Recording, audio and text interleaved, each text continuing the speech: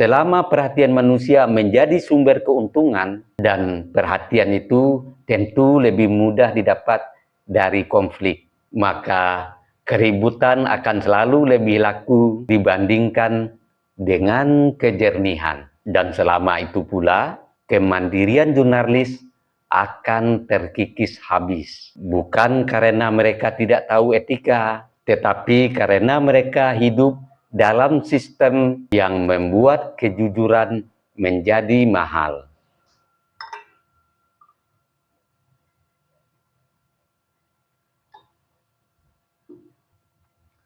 Kalau berita terus diulang, apakah itu menjadi benar atau kita sedang digiring untuk mempercayainya? Hari ini akan saya bongkar bagaimana media hari ini tidak lagi sebagai menyampaikan fakta, tapi ikut membentuk kenyataan.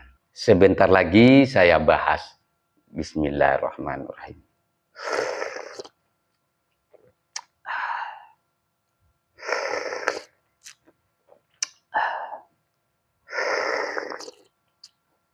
Alhamdulillahirrahmanirrahim.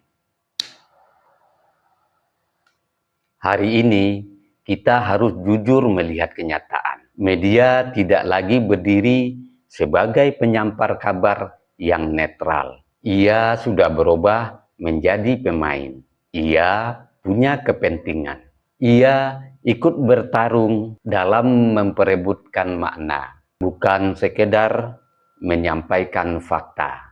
Ketika jurnalis ikut terseret permainan isu, baik sadar maupun tidak, maka yang terjadi bukan lagi kerja jurnalistis yang murni. Yang terjadi adalah ikut membentuk realitas politik itu sendiri. Apakah ini terlalu berlebihan? Mari kita uji dengan logika sederhana. Media memang tidak selalu memerintah kita untuk berpikir apa, tapi media sangat kuat menentukan apa yang harus kita pikirkan.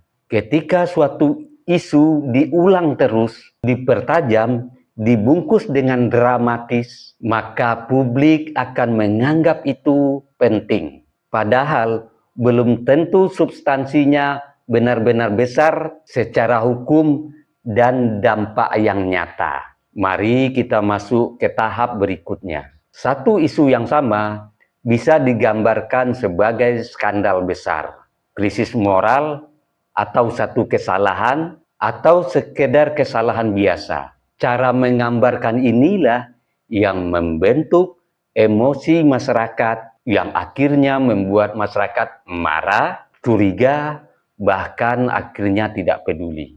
Dan disinilah kepentingan itu mulai bermain. Di zaman sekarang, yang paling mahal bukanlah lagi informasi, tapi perhatian manusia. Semakin lama orang menonton, membaca, dan membagikannya, semakin besar nilai yang didapat. Dalam kondisi seperti ini, kebenaran bukan lagi sesuatu yang paling utama. Yang utama adalah daya tarik sehingga menghasilkan cuan. Lalu, apa yang paling menarik? Jawabannya sudah jelas. Konflik, tuduhan, drama, dan kebencian. Seperti yang kita buktikan dan kita rasakan pada saat ini, manusia memang lebih mudah tertarik kepada hal negatif daripada hal positif. Dan media memahami hal ini dengan sangat baik. Akhirnya lahirlah sebuah keadaan di mana kebencian bisa menjadi barang dagangan. Apakah ini disengaja atau hanya efek samping? Jawabannya ya keduanya. Dalam sistem yang berjalan sekarang, media cenderung ikut arah kepentingan ekonomi dan kekuasaan. Bukan selalu karena ada perintah langsung, tapi karena memang sistemnya mendorong ke arah sana. Kejar tayangan, kejar iklan, dan kejar pengaruh. Di Indonesia ini, tekanannya bahkan berlapis. Ada pemilik media yang juga mempunyai kepentingan politik. ada persaingan antar media, dan ada pula dunia digital yang lebih menghargai sesuatu yang ramai daripada sesuatu yang benar. Maka ketika sesuatu isu itu terus dirawat, diulang, dan dipanaskan, diperpanjang, kita harus bertanya, apakah ini untuk membantu rakyat memahami kebenaran atau hanya untuk memperpanjang usia isu demi keuntungan? Disinilah jurnalistik berada dalam posisi sulit. Di satu sisi, mereka terikat terhadap etika, harus jujur, harus berimbang, harus melakukan pengecekan. Namun, di sisi lain, mereka bekerja dalam sistem yang mengharuskan kecepatan, sensasi, dan sesuatu yang viral. Ketika ada jurnalis tersandung masalah, publik sering hanya melihat orangnya. Padahal yang lebih penting adalah melihat sistemnya. Sistem yang mendorong jurnalis menjadi bagian dari perputaran isu.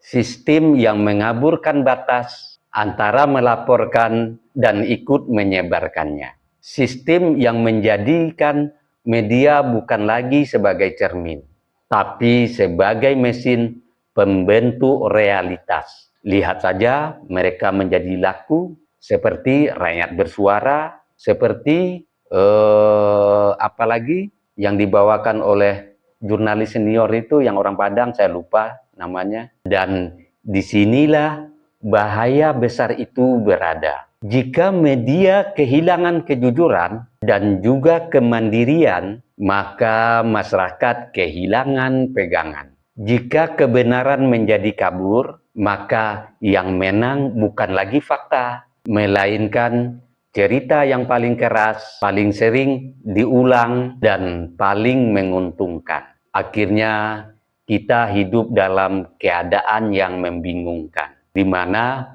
perasaan lebih dipercaya daripada fakta, di mana keyakinan pribadi lebih kuat daripada kenyataan. Coba lihat sendiri pada pola apa yang terjadi. Isu kecil dibesarkan, isu besar cepat hilang, yang ramai dipertahankan, dan yang penting dilupakan. Apakah ini kebetulan atau memang ada arah yang sengaja dibentuk? Karena itu, kritik tidak cukup hanya diarahkan kepada jurnalisnya. Yang harus kita soroti adalah keseluruhan ekosistem media itu sendiri. Selama perhatian manusia menjadi sumber keuntungan, dan perhatian itu tentu lebih mudah didapat dari konflik, maka keributan akan selalu lebih laku dibandingkan dengan kejernihan. Dan selama itu pula, kemandirian jurnalis akan terkikis habis. Bukan karena mereka tidak tahu etika, tetapi karena mereka hidup dalam sistem yang membuat kejujuran menjadi mahal. Maka pertanyaan terakhir ini menjadi sangat sederhana, tapi sangat dalam. Apakah kita benar-benar membaca berita atau melihat berita, atau sebenarnya kita sedang menikmati emosi, yang dikemas seolah-olah berita? Jika jawabannya yang kedua, maka yang berubah bukan hanya media, tapi cara kita memahami kebenaran itu sendiri. Sebelum saya akhiri, dengarkan gurindam ini. Berkabar bukanlah sekedar bersuara. Jika dusta disulam, runtuhlah percaya. Fakta hilang ditelan sensasi. Yang bising menang, yang benar tersisih sendiri. Jika hati hanya mengejar ramai, maka kebenaran akan hilang tanpa kita sadari. Maka bijaklah menimbang berita agar bangsa tidak tersesat arah dan juga makna. Saya Beni Budaya.